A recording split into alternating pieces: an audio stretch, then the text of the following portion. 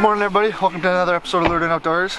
Today we're on one of our favorite crappie holes that we've been fishing for the past few years, and last year we didn't have good luck on this lake. We went out to this hole that we fished and they weren't there, but there's like 3 main basin holes on this lake, and we think they're somewhere else, but it's right off the road. We'll get it checked out.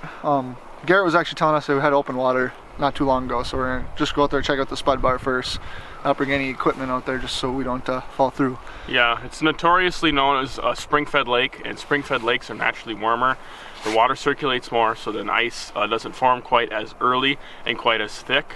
So because of that factor, we are going to definitely go out and check the ice with the spud bar. If it is safe, we'll see how we do.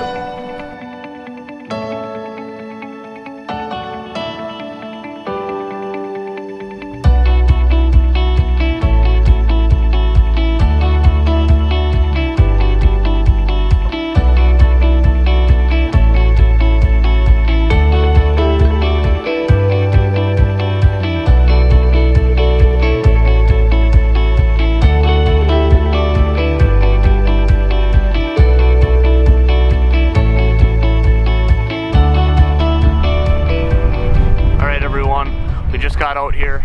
We've been checking ice the whole way out. We know it's safe to be out here. I think there's roughly 5 inches of ice. Noah's popping holes. We've marked a couple fish, but they're really roaming this basin. Nothing that we didn't expect. When we fish out here, it's run and gun for these fish. We're constantly moving, so Noah's just out here popping a bunch of holes, and we're gonna get on some fish. Keep her tuned. First fish on, first hole actually. We were coming out into this basin. It's about 35 feet right here, and there's a couple basins, but this was the closest one we could get to. It's probably about 9:30, 10 o'clock in the morning.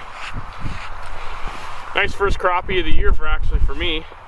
Just using a tungsten jig with a little mustache worm, pink and green, so it's a nice little crappie. But when it comes to crappie fishing, you really have to be very mobile, because when they roam these basins, they don't sit on any structure. They just roam these mud bottom basins looking for usually like insects of some type. So they roam around these basins. They're never at one spot. So crappie fishermen need to be active and mobile in order to find these schooling fish. So all those fish that I was just marking, I'm now not marking any. And that had to have been, you know, not even a minute ago. So they roam around so much that you can't stay at one certain spot the whole entire day.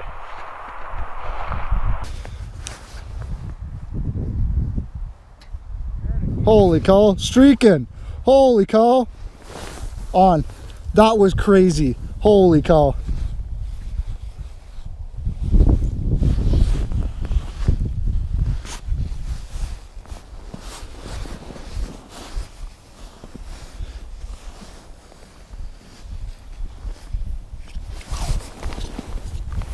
Look at that. My first ice crappie of the winter. Choked this jig. Just choked it. They're gone. Like that, just like that.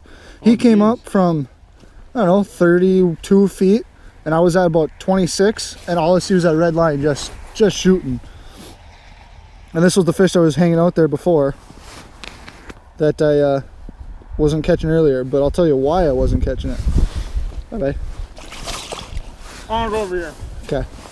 One thing to remember when you're crappie fishing is your presentation. So right now I'm fishing with a red tungsten with a little red nymph from VMC, and it's just one of my go-to crappie combos. I mean, I love all different types of plastics, whether that's frostbite or a Rapala, VMC. I mean, anything on the market will catch fish. But one thing I like about this is just it's simple action, and I've just had good luck with it. But when you're remembering when you're fishing, your line will sometimes move. Like, you catch a fish, your bait might sit more vertical than horizontal. You want that bait to be sitting horizontal. So what I did there is fish weren't moving on me. I reeled up. I moved my knot over to be more horizontal.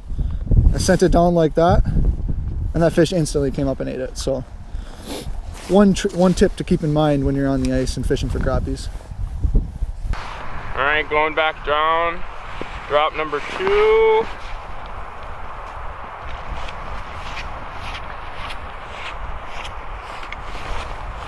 Guys, it's crazy. This is crazy. There has got to be 20, 30 marks on my screen in the bottom 12 feet. It's got to be just straight loaded down there. But one thing you really got to be careful of when you're fishing for crappies this deep is they're very sensitive. So when you bring them up, their eyes will pop out.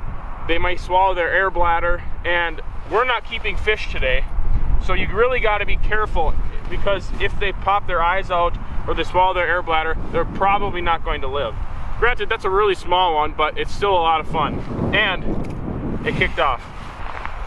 There is a ridiculous school here that are just stacked up. I mean, there's like probably a 5-foot section of the screen that's just red. So, draw back down, we're gonna see if I can pick up one of these fish.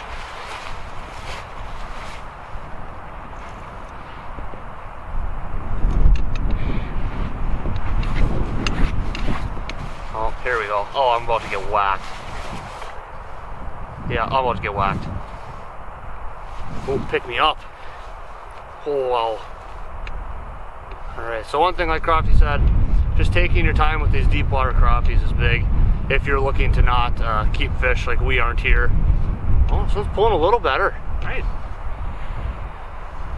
But just take your time. Yeah, it's dogging a little bit. This is... Let's see here. But this is just so much fun when you can get on these deep water schools. It's just pretty much constant action if you can get on them. You do have to move around a little bit, like was said previously. Oh yeah, that's a nice one. Oh, look at that. He came up so aggressive on that one. I didn't even hook him in the mouth. He just whacked it. Hooked him right in the top of the head, but I mean that's a keeper crappie all day long. You're keeping fish, but that's my second crappie of the year. I went with Garrett earlier, but good fish. We're gonna let him go.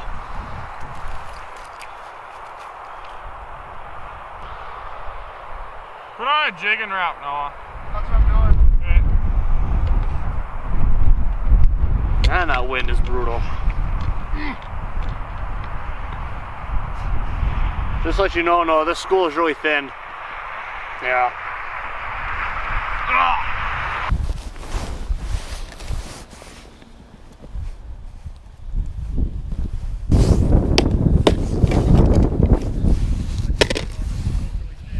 Is it?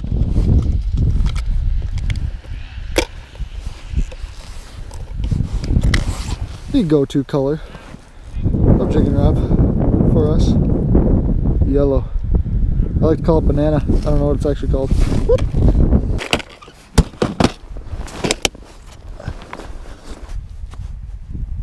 Oh, see that one moving up? Oh, yeah. Oh, if I don't get hit here. You're kidding me, right? He wants this one.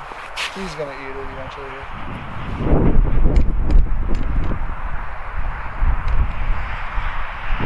Jeez, you have that thing like 10, 15 feet off bottom. Oh, dude, you're gonna get crushed. Hey, There we go. got one. Oh, this is my walleye. This is my walleye rod. This is my walleye rod. Whatever, if they hit it hard.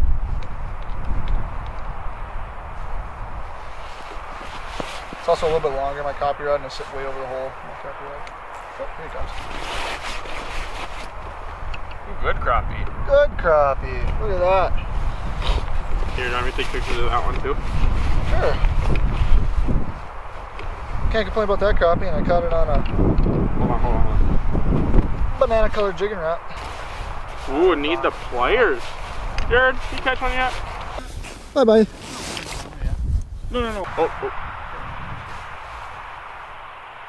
Are we gonna have to still? Yeah. Oh, yep. Oh, yep.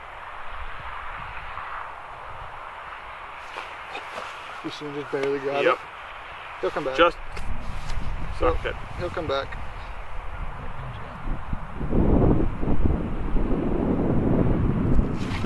Got him. Got him.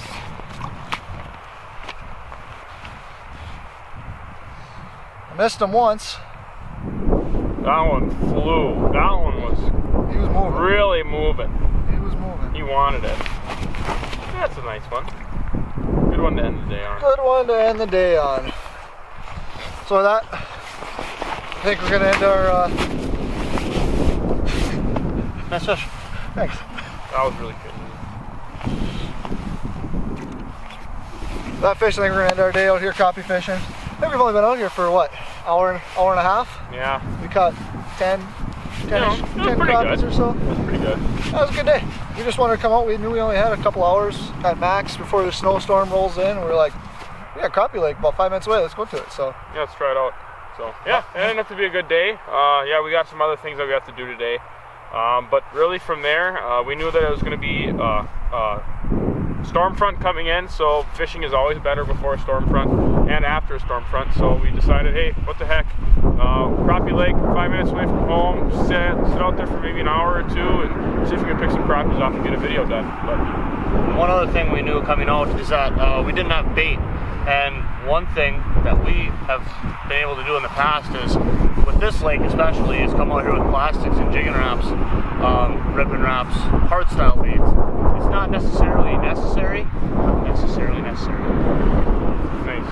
Beautiful. Nice. It's not necessary to have live bait in order to catch fish. We just want to make a point of that. We came out here and caught, what did I say, 10, 15 crappies, just using plastics and hard baits. So, do minnows work better in some cases? Yes, but they're not necessarily needed. So, anything else to add? That's it.